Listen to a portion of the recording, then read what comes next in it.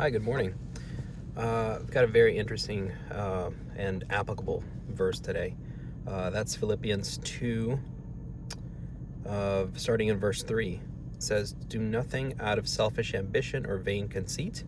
Rather, in humility, value others above yourselves, not to your own interests, but each of you to the interest of others."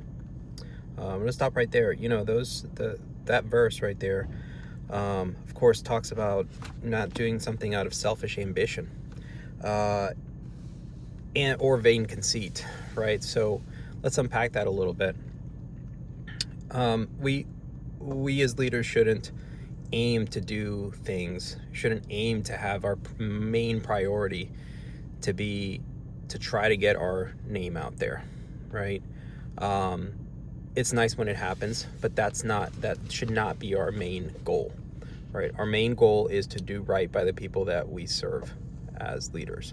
Our main goal is to make sure that we take care of the people who are under our charge, that we take care of our business, that we're financially savvy, that we trust the Lord to provide for us the wisdom to make the right decisions, right? I think if we fall into the pit of trying to do things just to look good, it can be a very dangerous situation for everybody involved, right? For your division, for your department, for your whole company, if that's the case.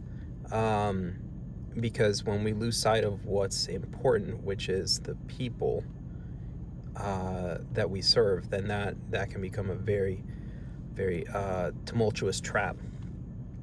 If we go on, it says, "Rather in humility, value others above yourselves." Of course, right? It may seem kind of obvious, but it's very easy to forget to keep this in the front of our minds. It's very easy to forget this. It's rather easy to not be humble.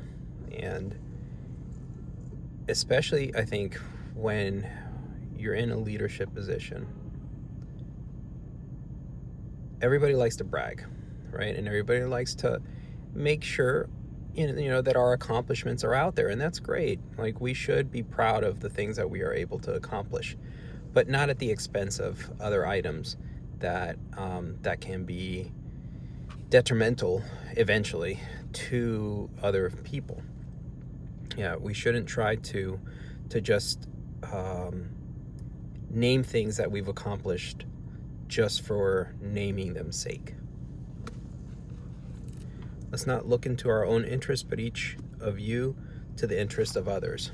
All right, we're seeing a theme here, right? And we're seeing a pattern.